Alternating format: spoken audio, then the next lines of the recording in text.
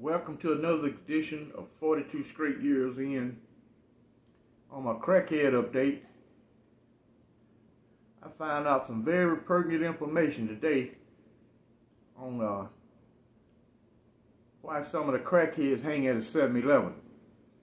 I talked to the manager at a 7-Eleven over in Oak Cliff on Illinois, and he said the reason why sometimes they don't run those guys off, they say they have tried, but Dallas police won't enforce the panhandling ordinance or trespassing. He said also, we get these guys to do work up here and they get to make them a couple beers or a couple dollars. He said, and at night, that keep us from getting robbed. We got 4 or 5 people hanging out. A guy have second thoughts on trying to rob us because at night, it's only one cashier in 7-Eleven. I went to the 7-Eleven up on Ross. Well, it's 3 of them right here by me on Ross Avenue. I went to the second 7-Eleven at Ross and Peak. And he was a crackhead up on the ladder cleaning the windows. I mean, his pants done fell all the way down to his knees. All you looking at is his naked behind. I looked at some people were getting out of their cars looking. Finally, a Dallas police officer pulled up to make a purchase, do some paperwork, and he came over and told him to pull his pants up. Man, his pants all the way at his knees. He just cleaning the windows. And his old lady was standing there with all her rotten teeth in her mouth, standing there looking bad, dirty. I'm talking about she's filthy. She waiting on him to get finished where they can make a couple dollars and head to the trap house. So that's one of the reasons why they're hanging around the 7-Eleven. They don't actually run them off. And the manager said Dallas police won't run them off. Now, it's a Dallas police officer that's security where I live at. And he said they had got orders not to harass the homeless. So that's another reason why they stand around. You know, they're only allowed to do that in the inner city. You go out in these suburban areas where people got money and all that, man, you go to a store, there ain't nobody standing around. That's not happening. That's my crackhead update. Get your shanks out and let's ride. This video is not going to be long because Saturday I'm going to be up here on Texas Prison Story over there with Tim Snow. That's where I got my start at last year. And me and him, we're gonna go down through some turn roads in Texas prison. I've had in my last video I asked about what should happen to these young guys who commit all these violent crimes. I had mixed comments. Some said life with possibility of parole. Some said 50-year sentence. One guy, he had a good point. He said they should receive a trade and become certified in that trade and earn a college degree before they be considered for parole. Now, the key words in this is considered and eligible. That don't necessarily mean you'll make it. You know, they just put you in line of a possibility being released. Now, Texas controls the prison population by paroles, but they try to let the non-violent guys out. Guys who got a drug case or guys got a property case, they try to give those guys parole first. And keep open beds for people with aggravated offense, which is an offense of violence in Texas. Now, you know, I observe a lot of youngsters. I mean, most of those guys will not listen to you. They got to actually experience it themselves. I can sit here and talk to a guy all day about what prison is like. He's living over in an apartment complex. He can't visualize being in a cold cell or a cell where it's too hot or the power done went off. When the electricity go off, they have generators. They got generators all over the prison, but they do not pull the lights in the cell. They only pull the emergency lights and where the guards are. So that means you won't have electricity in your cell to run your fan. You got to lay up in there and be hot. So you open the window, it just make it more hotter because that hot air is coming in. So you between a rock and a hard place if the electricity go off. Now these guys, they ain't trying to hear nothing you talking about. Nothing. You can look at them, and I hear people say, hey man, save the youngsters. Well, they got some young violent guys up here. I'd love to see you walk over there and start a conversation with them. They're going to curse you out. They don't respect no elder. I had one tell me, say school, man, no old school shouldn't have them Jordans on you got. Well, I got several expensive pair of Jordans. He said, you're not supposed to have that. Man, that's supposed to be for a youngster. I said, young guy put in the work, he can have them also. So I seen him sizing me up. I was just saying, the day is going to be a bad day for you youngsters. It's going to be a bad day. You listen at that COVID-19, Parkland Hospital will have a bed for you. And I'll have to be running from the police. The only reason, I don't hurt these clowns because the police ask too many questions. Why you didn't shoot him in the arm? Why you didn't run? Would you shoot him again? And you ask any of this dumb crap they asking. You ask any of it wrong, even though Texas is a stand-your-ground state. If you answer any of that stuff wrong, a supervisor or detective don't like what you said, you just got taken to jail. And I know what the jail process is like. So I just said, man, y'all win. That's why I basically stay at home. I got a spot over in Oak Cliff I go, right off Bonneville.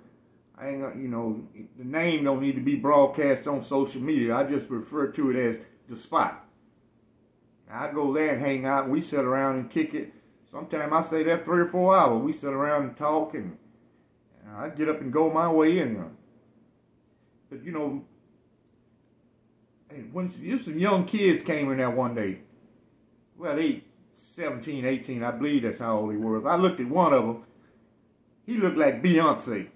I was just looking at him. I say, man, I could have just pictured you in a Texas prison when I first went in 1975.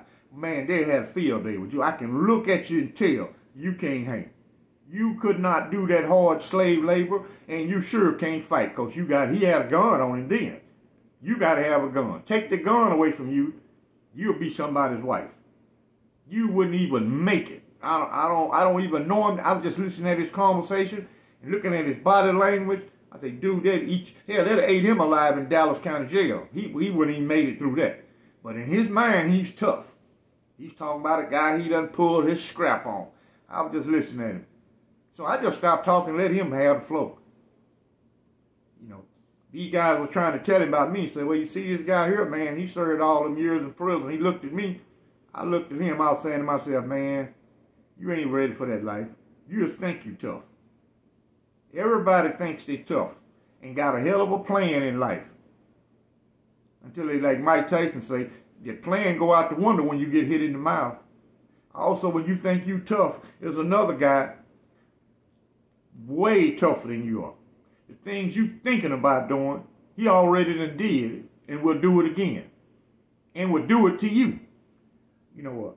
I looked at some of the tough guys in prison, guys who could fight real good. Something I noticed about the majority of them, they didn't throw their weight around. I was at the Ramsey unit with a guy out of Dallas. His name is Johnny Armstrong. This man can whoop everybody at the whole prison. Ain't nobody at the whole Ramsey unit can beat this guy in no fisticuff. No one. Now, that's when they had the boxing team. They would take him to other prisons and fight. He'd make his money off of the warden. When he go to another prison to fight, the warden be betting on him. Well, I've seen him go to the commissary with the warden because he didn't get no money from home. And he'd make him a commissary purchase. I see him do it all the time. The warden personally take him to the commissary. If he can get respect from with the warden that I talks about all the time at Ramsey during that era was Wildcat. If Wildcat respect you that much, you can bet you's a bad man. Because he did not lack no weaklings. You's a weakling, you ain't got nothing coming dealing with him. He don't cater to weaklings. He ain't gonna do nothing for you. He don't even really want to talk to you. Now, if you go down there for bashing some guy's head in, he gonna call you in the office, be just joking with you like you and him the best of friends. He loved it, violence. And he would tell any inmate, defend yourself. So you got the green light. All you had to do is have the nerves to do it. If you received punishment, it was going to be real small. It wasn't going to be the maximum punishment. He might would say, well, just get that old boy 10 days cell restriction. You might have a cell right there by the TV. Well, you can just stand at your cell door and look at the TV sitting right there. Because Ramsey didn't have day rooms. There's no day rooms at Ramsey. That's an old prison. There's no day rooms there. Depends on where your cell is located. You can just, now Ramsey has TVs in the cell. That's the reason why they got TV in the cell like the Walls unit, because they don't have day rooms. There's no day room there. And so they gave them TV in the cell.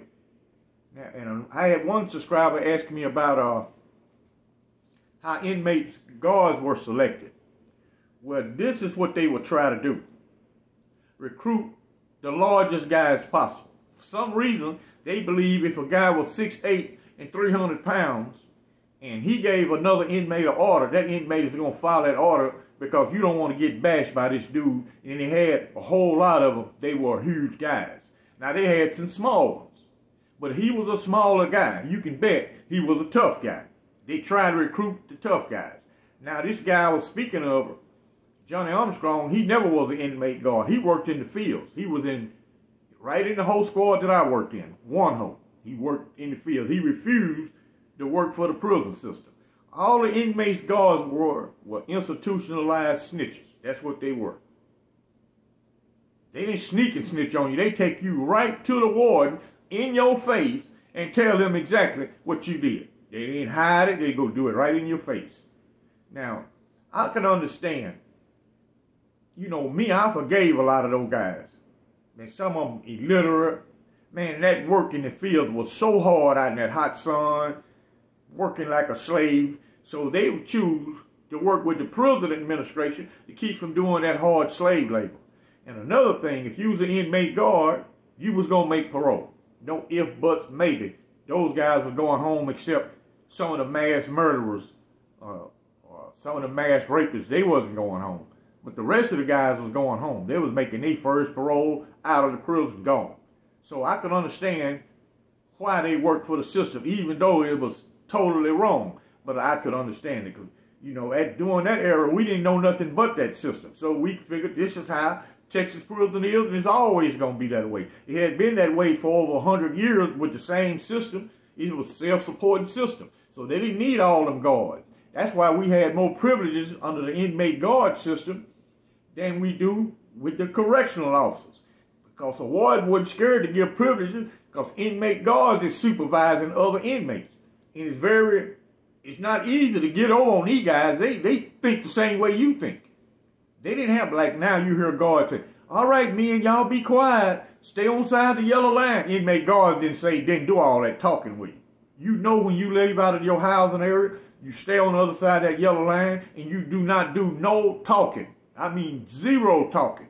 None whatsoever. You don't be waving, speaking. You don't do none of that. You go where you was going, take care of your business, and you come on back. Everybody knew the routine. So they wasn't afraid to have all these bands in the gym. It's about 25 inmate guards in there. A regular maximum security prison can't muster 25 guards to put in one spot. They can't come up with that type of stuff. 25 guards to come in the gym and look at the guys play basketball.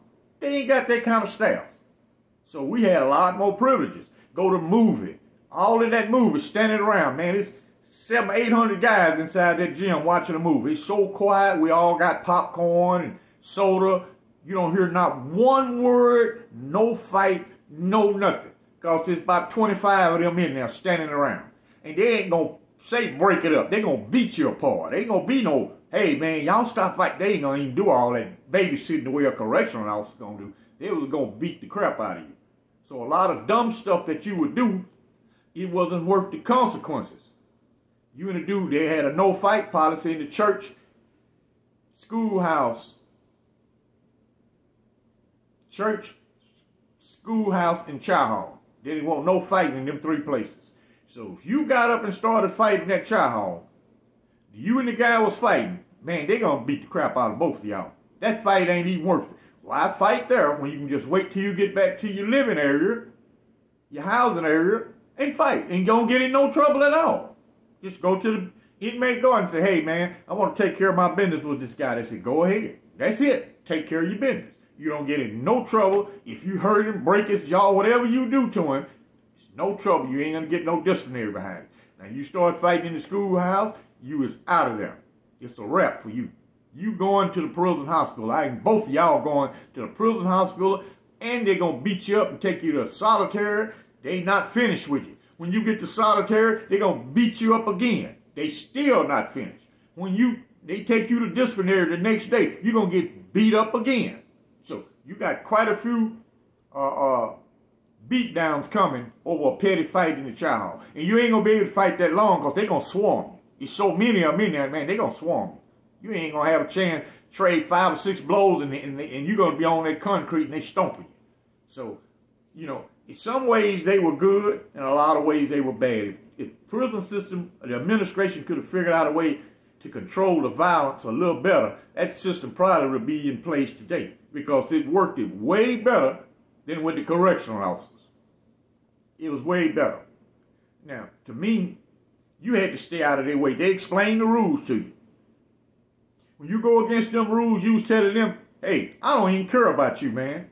I don't care. So they would demonstrate to you, hey, when you violate our rules, you're going to have serious consequences. Like I said, they didn't do no negotiating and talking with you. They didn't do all that. They explained rules one time only. No more talking after that. And so in some ways that system worked good, in some ways it didn't. You know, it's between a rock and a hard place. A prison can be as good as the Hilton Hotel. It won't even cost the taxpayers no money. It's simple stuff these guys want. Simple stuff that do not cost the taxpayers money. But Texas got this control thing. They love to control the inmate.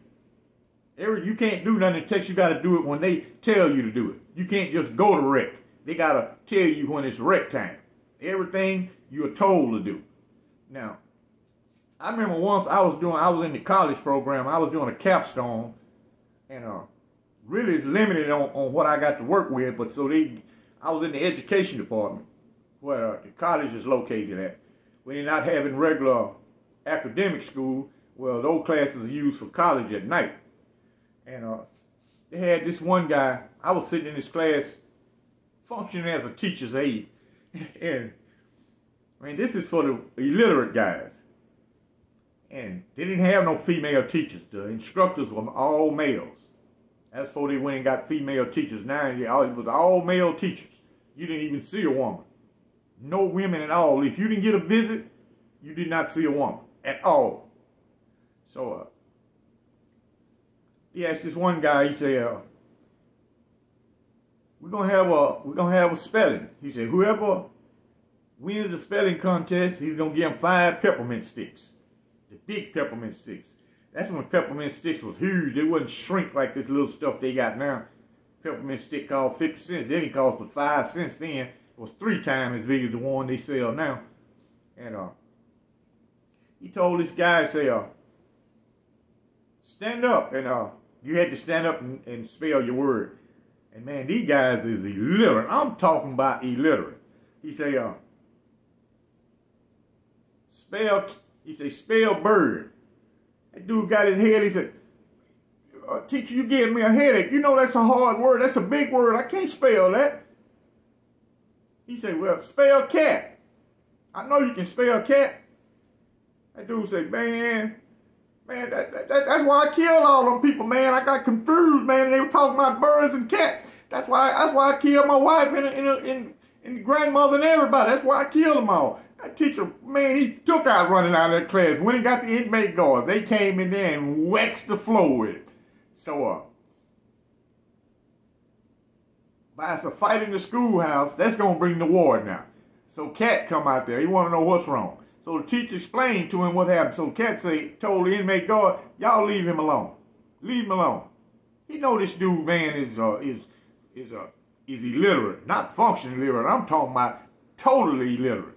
He said, just take him out of the school, and that's it. They already done beat him up. And he said, no, just y'all leave him alone. Man, I say, I didn't want to laugh. This man, 40-some years old, and can't spell bird or cat. I said, man, this is pitiful, man. I looked, I said, man, you know, later years, I used to start feeling sorry for guys. For me, I'm in a hard situation, but sometimes I feel sorry for them. Okay, y'all catch my interview with Tim Snow Saturday. We're going to do the interview that morning. He's going to upload it about 7 o'clock at night. So y'all be looking out for Texas prison stories. He's going to be interviewing me again. Y'all keep your shanks ready. All these fools is broke. They didn't run out of the government, that SSI, and all that money's gone. They broke, but they looking at the ground, picking up aluminum cans. They trying to get it. Trying to get it how they live. Y'all keep your shanks ready. Like and subscribe. And I thank you for watching.